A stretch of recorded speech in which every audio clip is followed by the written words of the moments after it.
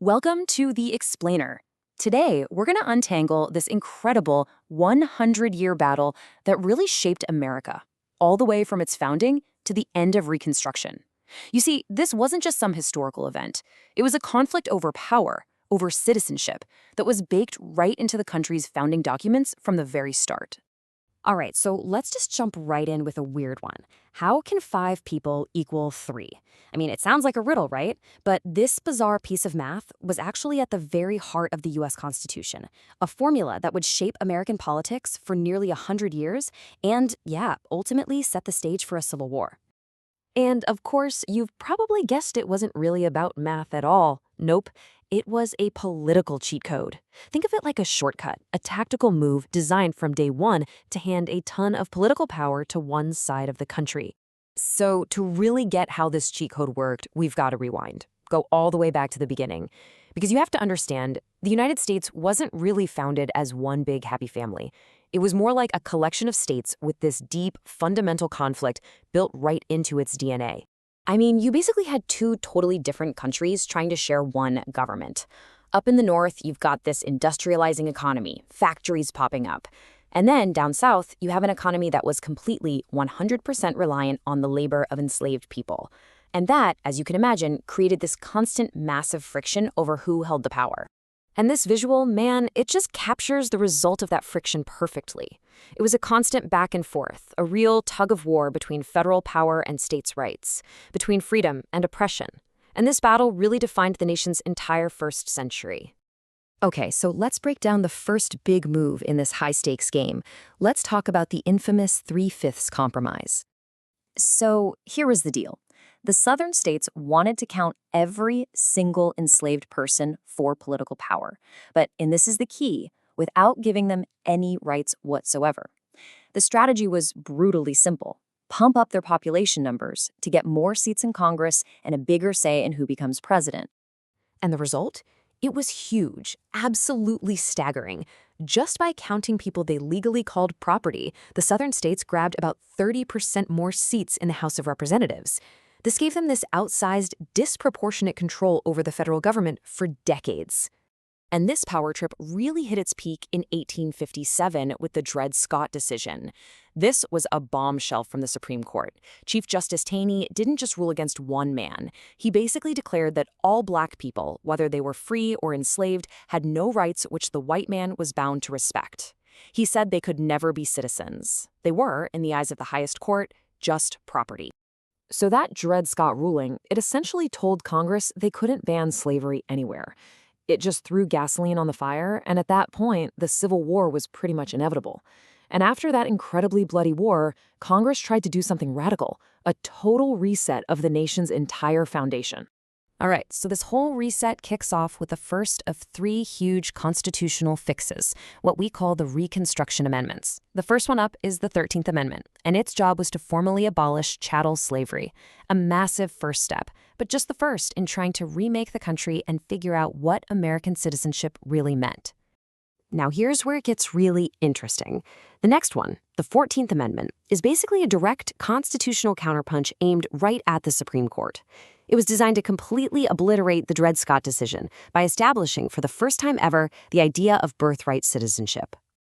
But wait, there's more. It didn't stop there. It also brought in this revolutionary idea called the Equal Protection Clause.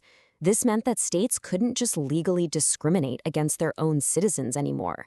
This was a huge intentional power shift, away from the states and to the federal government. And finally, to wrap up this trilogy, we get the 15th Amendment. And this one went right for the most fundamental right of a citizen, the vote. It said you couldn't deny someone the right to vote based on their race or because they were formerly enslaved. So on paper, it looked like the foundations for black male citizenship were finally secure. But remember that tug of war we talked about? Well, it was far from over. For every single constitutional fix that came down from the federal government, southern states immediately started digging around, looking for legal loopholes to basically make them worthless. And the very first loophole they found was just hiding in plain sight. It was a tiny little phrase, just a few words, tucked right into the 13th Amendment itself, the one that abolished slavery. It says slavery is abolished, except as a punishment for a crime. Seems small, right? But Southern lawmakers saw it as a giant backdoor to bring back forced labor. And here's how they pulled it off. It was a trap. First, they passed these things called black codes, which included vagrancy laws that made it a crime to be unemployed.